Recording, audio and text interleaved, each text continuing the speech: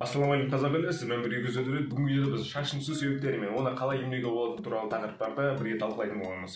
5 минут ішінде кеттік.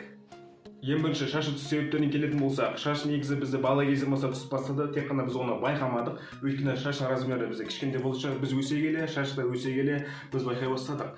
Ал одан бөлек негізі шаштар қатты түсуі белгілі бір себептер бар. Бірінші стресс, ол әйел кісілерде көп нәрсе болып келеді. Сонымен қатар белгілі бір витаминдердің жетіспеушілігі.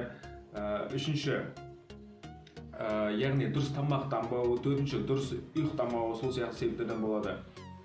Яғни өзім тәжірибеме келетін болса, менің шашым түсуі сыздау шықты басыма, яғни су өткізіп алдым, көрсететін болса осы жақта шықты, сонымен мына жақта шықты.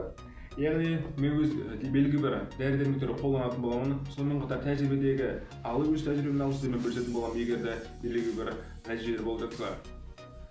Енді кезек мен қандай дәрілерді қолданып жатырмын шашым түсуіне байланысты.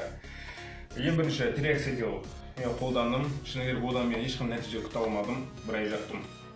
Ал миноксидил деп аталатын 5%-ық. 5% бұдан бөлек шашым түскенде мен қолдандым, мына жақта шаш шықты. Шашты бұрын мен сақалы қолдандым, бакенбарды, ол жағы нәтиже берді 3 айда. 3 ай нәтиже берді. Қазір де қолданамын, осы түскен жаққа қалай болатынын көре жатармыз кейін.